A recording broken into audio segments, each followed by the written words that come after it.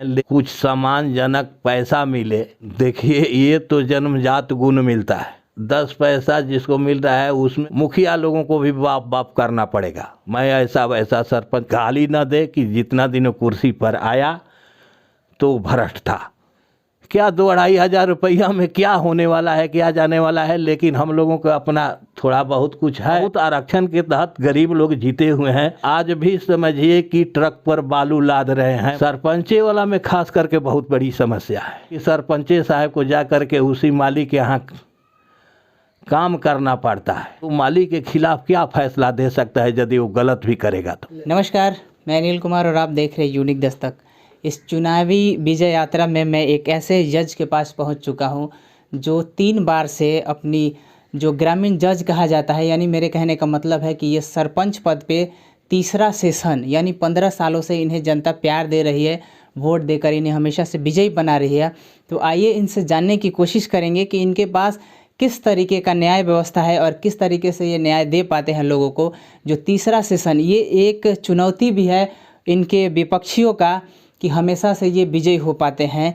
ये साफ जाहिर है कि कोई एक बार जीतता है तो लोग कहते हैं जीत गया, दूसरी बार तो और ज़्यादा उत्साह रहता है। लेकिन ये लगातार हैट्रिक यानी तीसरी बार ये 15 सालों से ग्रामीण जज के कुर्सी पे रह रहे हैं। तो किस प्रकार के इनके जीवन में कठिनाई आती है, या अगर जो ग्राम में झगड़ा लड़ाई होता है तो ये अगर वहाँ फरियाने के लिए जाते हैं तो किस तरीके से इनके पास दिक्कतें आती है और किस तरीके का न्याय ये दे पाते हैं कि आज इन्हें जनता ने तीसरी बार प्यार और मोहब्बत देकर जिताया है। यूनिक दस्तक में स्वागत है सर। बहुत बहुत धन्यवाद। ग्राम कचहरी अमरगांव पंचायत में आपका स्वागत है। ये बताइए सर, ये एक तरीके से रिकॉर्ड है कि आप तीसरी बार सरपंच पद पर आसीन आपको जनता ने किया, तो आपके जो न्याय व्यवस्था है किस प्रकार न्याय दे पाते हैं? और मैं गरीबों के हक के लिए लड़ाई लड़ता हूँ। मैं कॉलेज लाइफ में भी, वहाँ कॉलेज में भी मैं छात्र नेता के रूप में था। वहाँ भी मैं गरीबों के लिए लड़ाई लड़ता था। यहाँ भी हम गरीबों के लिए लड़ाई लड़ते हैं।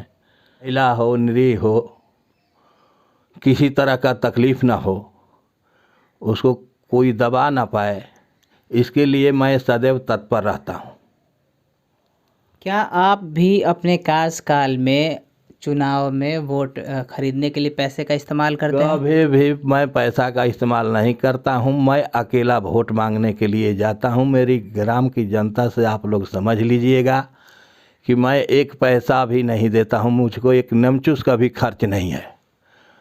यहाँ तक कि मेरे बूथ पर पोलिंग एजेंट भी मैं नहीं बैठाता हूँ।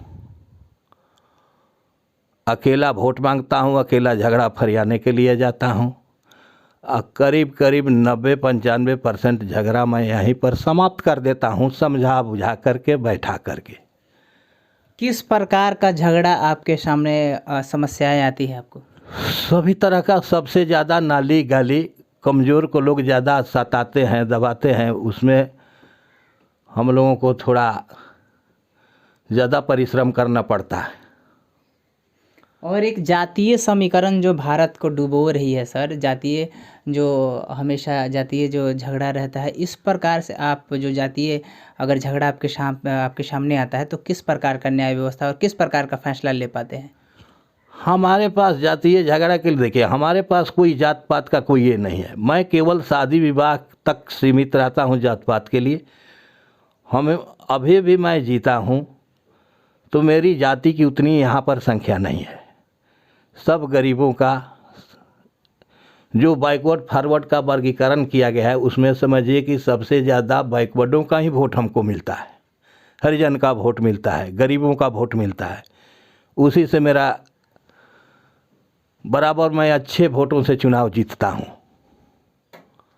ये बात से मैं भी सहमत हूँ। हमने इनके जो क्षेत्र है हमने पता किया कि ये अकेले चुनाव में प्रचार करते हैं। हमने जितने भी लोगों का इंटरव्यू लिया या बातचीत रखा, मैं देखा हूँ कि अगर सरपंच का हो या मुखिया का हो, अगर रैली देखेंगे तो आपको कम से कम 100-50 से ज़्यादा संख्या आएगी। लेकिन ये अकेले शख्स हैं। मैं ये इस बात को मैं भी गारंटी करता हूँ कि ये अकेले ऐसे शख्स हैं जो अपनी चुनाव प्रचार को अकेले करते हैं।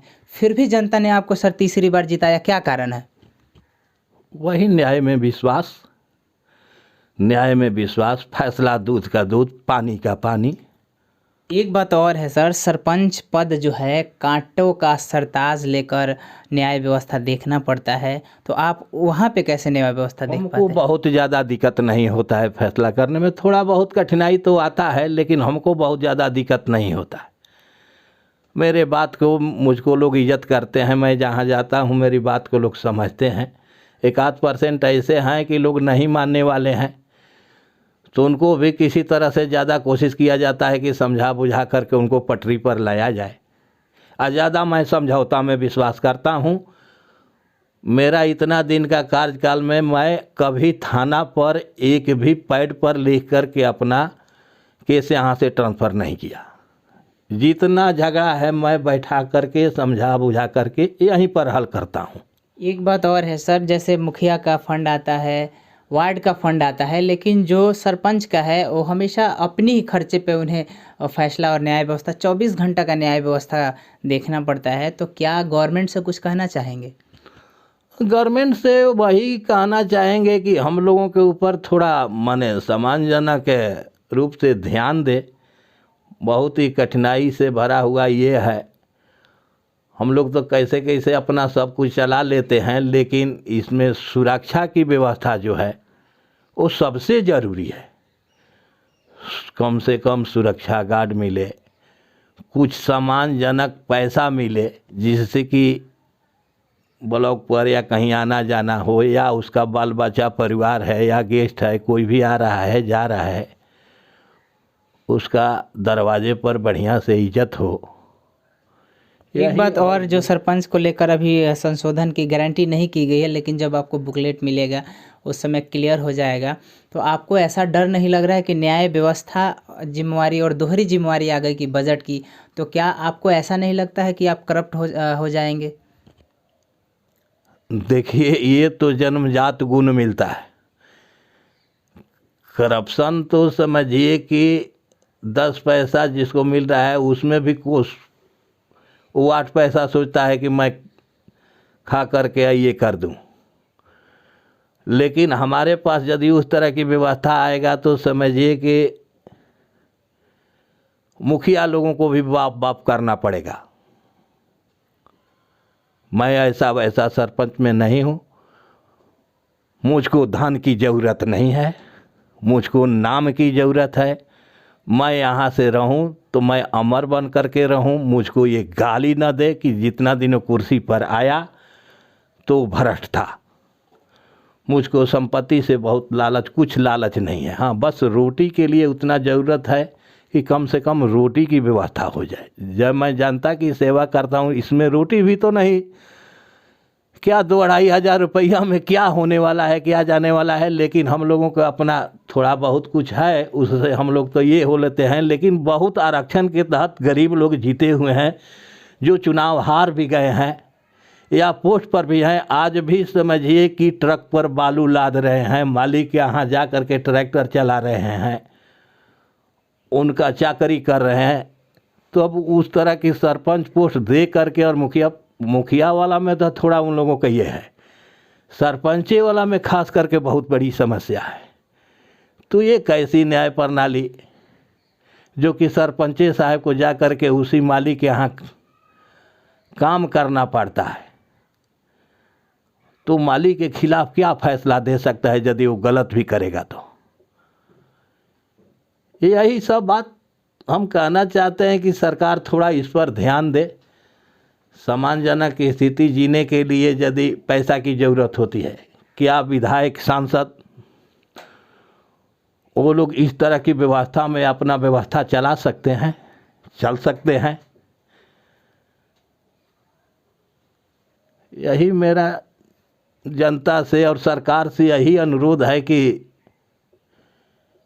इसके ऊपर थोड़ा सरकार ध्यान दे। यूनिक दस्तक में समय देने के लिए बहुत बहुत धन्यवाद। बहुत बहुत धन्यवाद। क्या नाम है सर अब?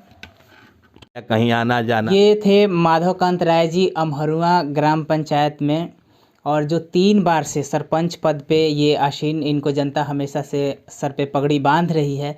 लेकिन इनकी बात से मैं भी सहमत हूँ। आप सुने भी हैं कि उन लोगों का क्या जो अपनी जीविका के लिए उनके पास कुछ नहीं है, और सरपंच पद विजय होने के बाद अगर 5 साल बाद हार जाते हैं तो उनकी जो सरपंच पद की गरिमा है वो कैसे बचाएं। यानी मेरे कहने का मतलब है कि जिस तरह के एमपी और एमएलए को भविष्य निधि के द्वारा पेंशन दिया जाता है, उन्हें भी जो सरपंच पद पर जीते हैं उन्हें भी पेंशन की गारंटी की जाए। दूसरा बात है कि जो सरपंच होते हैं उनको जो पंचायत लेवल पर होता है सबसे बड़े बड़े दुश्मन उनके साथ होते हैं, तो उनके लिए कम से कम गार्ड की व्यवस्था किया जाए। यानी कहने का मतलब है कि उनकी सुरक्षा की गारंटी की जाए। इन्होंने अपने स्तर से मांग रखा, इन्होंने कहा कि हमें कोई भी लोभ लालच नहीं है। लेकिन मैं एक बात क्लियर करना चाहूँगा कि भारत अगर कृषि प्रधान देश है तो एक बात ये भी माननी पड़ेगी कि भारत जाति प्रधान भी देश है। लेकिन इन्होंने जनरल कैटेगरी होने के बावजूद भी अपने लोभ के लिए या अपने पक्ष में एक भी बात नहीं रखा, उन लोगों के लिए बात रखा जो हमारे समाज में भी आज भी कमज़ोर तबका है। उनके लिए इन्होंने मांग रखा कि कम से कम उनको कुछ पेंशन की व्यवस्था की जाए। ये इनका विचार कैसा लगा आप कमेंट्स के जरिए दे सकते हैं। अगर हमारे यूनिक दस्तक पे नए हैं तो सब्सक्राइब करें, लाइक करें, शेयर करें। और मैं अपने तरफ से एक बात ज़रूर कहना चाहूँगा कि अगर किसी पंचायत में सरपंच हो तो माधोकांत राय की तरह आगे ऐसे ही मिलते रहेंगे। तब तक के लिए विदा लेते हैं, तब तक के लिए नमस्कार, धन्यवाद।